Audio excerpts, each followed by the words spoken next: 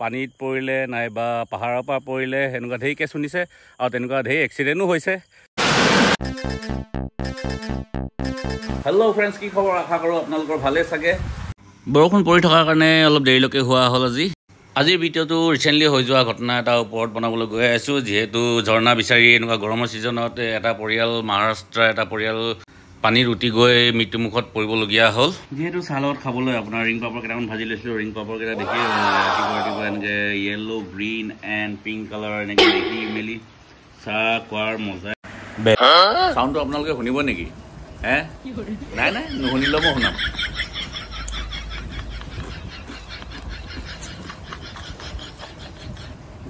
बड़ा हरामी हो बेटा। आयो रे मां। इससे ভাল পাইছে শুনি। वाह क्या सीन है, वाह क्या सीन है।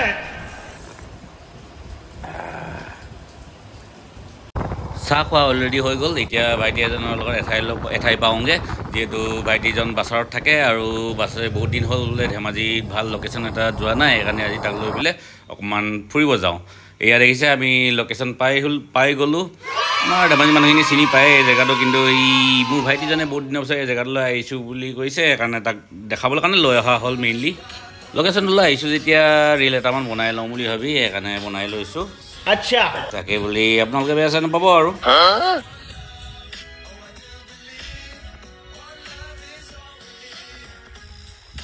ঠিক আছে। যিহেতু ৰাতিপুৱা বৰষুণ পৰি আছিলোঁ, বৰষুণটো এৰাৰ কাৰণে এতিয়া পাহাৰলৈ যেতিয়া আহিলোঁ, পাহাৰলৈ আহি দেখিছোঁ ইমান জেগাটো ফ্ৰেছ লাগিছে নহয়। লগতে ভাইটিও ৰিল এটা বনাওঁ বুলি ক'লে, তাকো মই কেমেৰা কৰি দি আছোঁ। দেখিছেনে এয়া তাৰ মোবাইলত এইটো ৰেকৰ্ডিং কৰি আছোঁ আৰু এইটো মোবাইলত তাক মানে এনে ভিডিঅ' এটা লৈ আছোঁ আৰু। এই দেখিছেনে ইয়েৰফোন লগাই পেলাই কেনেকৈ নাচি আছে।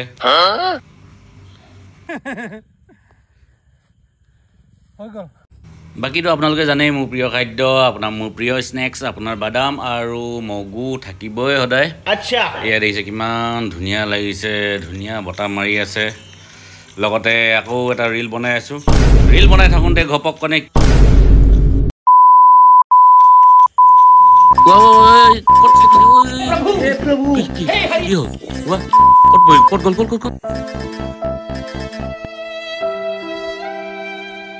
खत्म।